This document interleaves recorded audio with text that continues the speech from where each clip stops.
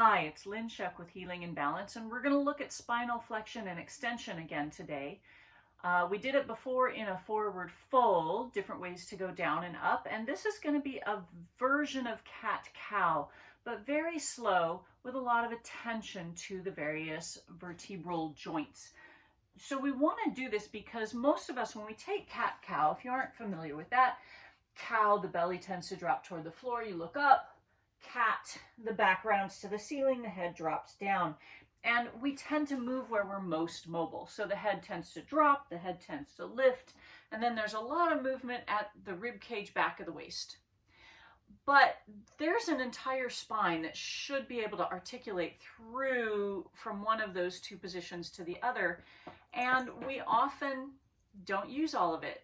Now, you may find you can't use all of it, and as you watch me do this very slowly, you'll see I don't have mobility in all those places, but by slowing down and really paying attention, I might start to, because I want to be able to articulate at each joint to the best of my ability. So we're going to start in a neutral position of the spine and table. So my belly's not collapsed, but there is a little bit of lumbar curve. I'm pushing into my hands. My head is in line with my spine. I'm going to start this first round at the tailbone, both directions, and then we'll do another round where I start with my head.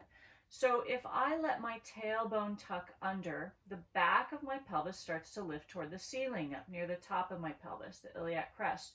And then the back of my waist starts to lift near the ceiling. I'm still keeping my upper back where it is if possible until I finally have to lift my lower ribs toward the ceiling. And then I'm going to pull my sternum toward the back of my body and my upper ribs go toward the ceiling. I'm still curling my tailbone in. My head has not moved yet until finally I have to pull the head down and draw the chin in. So it wasn't a collapse. It was a real intentional pulling that head in.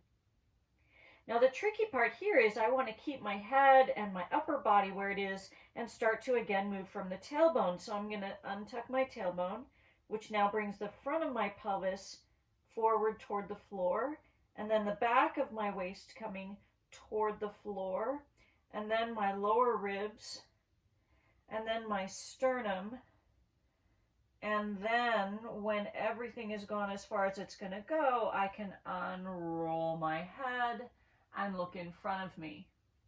I can do this starting at the head as well, and you might find one way is easier than the other, at least especially when you're trying to undo and you can't undo one section while you're working on the other, if that made any sense. So we're going to pull that chin in all the way to the chest as far as it goes, and then pull your sternum up toward the ceiling, and then eventually you have to lift the lower ribs up, and then that'll pull the back of the waist up.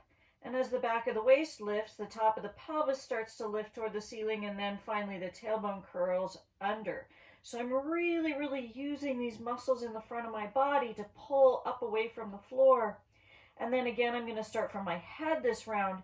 So I'm going to unroll my head and bring my gaze as forward as I can. I'm going to try and keep my lower body where it is as the sternum starts to come forward.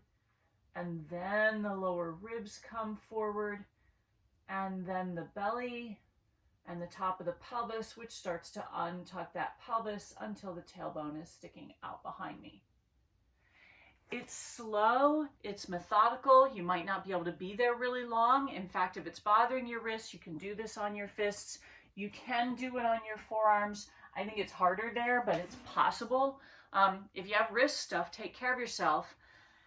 That's what I've got. See what doing cat-cow in that very slow, intentional articulation feels like. Feel how much more muscular effort there is. And notice what parts of your spine you don't have a lot of awareness or control of. That's what I got for you today. Go.